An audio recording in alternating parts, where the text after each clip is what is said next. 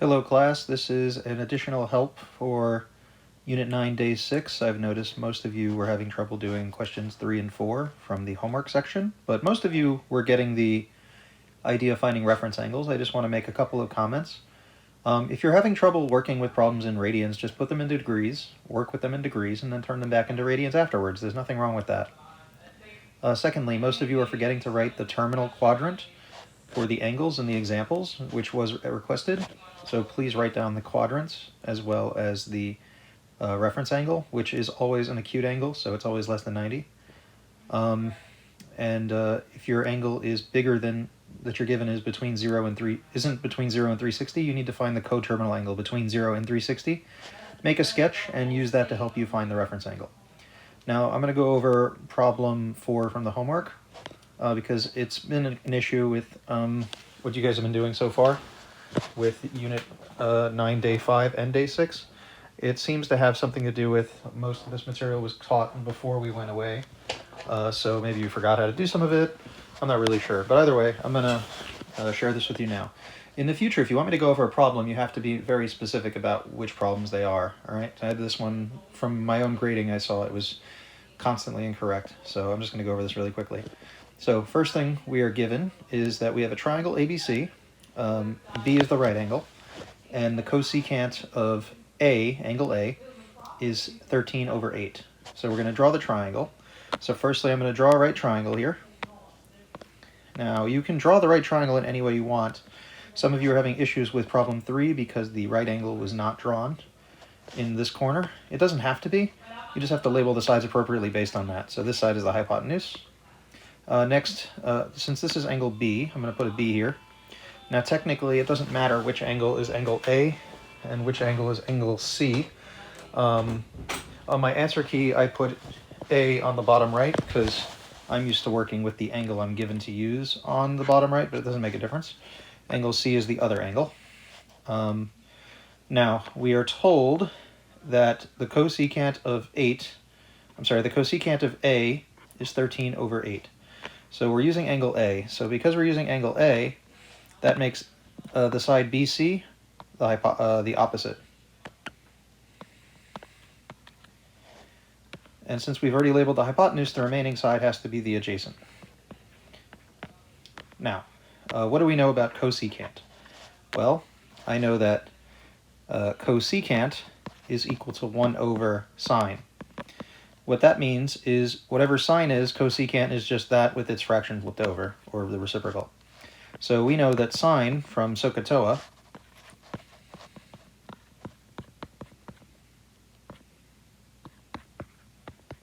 is opposite over hypotenuse. So sine is equal to opposite over hypotenuse.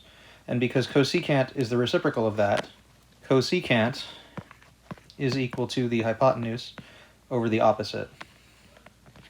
So what that tells me in this case is that the hypotenuse is equal to 13, and the opposite side is equal to 8. So I'm just going to label those on the triangle now.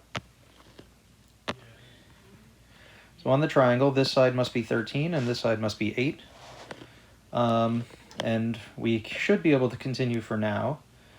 We'll do the next part of the problem.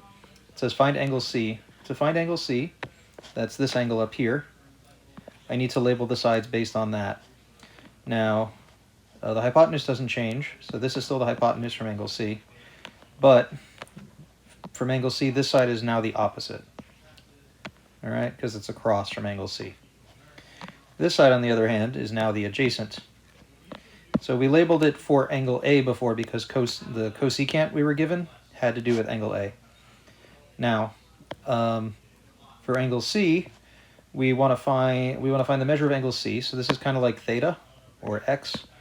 So we need one angle and two sides. Now I know two sides. The two sides I know are the adjacent is 8, and I know the hypotenuse is 13. Adjacent and hypotenuse from SOHCAHTOA is cosine. So I need to write the cosine of angle C. Sorry about all the movement. The cosine of angle C is equal to its adjacent, which is 8, over the hypotenuse, which is 13. And if you remember how to find an angle using right triangle trig, we're going to use the inverse features. So we're going to find C by doing the cosine inverse of 8 over 13. Okay, I'm just going to pull up my calculator now. Whoops. Whoops. I'm going to pull up my calculator and do second, whoops, I'm not reading the calculator now, second cosine 8 divided by 13. And as long as my calculator's in degree mode, it was in radian mode, so I have to change that. I'll go back. Second cosine of 8 over 13, it tells me that the angle C measures 52 degrees. So let me move that over a little bit and give us a little more room. So C is equal to, why is there an add here? I'll get rid of that. No. I apologize, guys. I didn't expect an app to open into a advertisement. I believe it was, let me just check my answer key just to verify. 52.02, so 52 degrees, approximately. I really should have stated what to round to in the question, but I did not. So we're going to say it's 52 degrees. So this is, so far we've done the first two parts of the assignment. The last part is to find the cosine of angle A. So the cosine of angle A is its opposite, which in this case, here I'll do purple for this.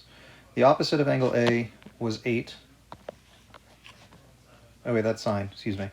The cosine, as we said, was adjacent over hypotenuse. So the adjacent to angle A was our unknown side down here, which we don't know, over our hypotenuse, 13. So it's kind of like the cosine of A, is x over, excuse me, I should really write the angle. The cosine of angle A is equal to the adjacent, which was unknown, over its hypotenuse, which was 13. Now we don't know what the missing side is, so we can find that using the Pythagorean theorem or with right triangle trig. I'll do it with the Pythagorean theorem. 8 squared plus x squared equals 13 squared. 8 squared is 64 plus x squared is equal to 169. And if I subtract the 64 to the other side, I'll get x squared is equal to 105.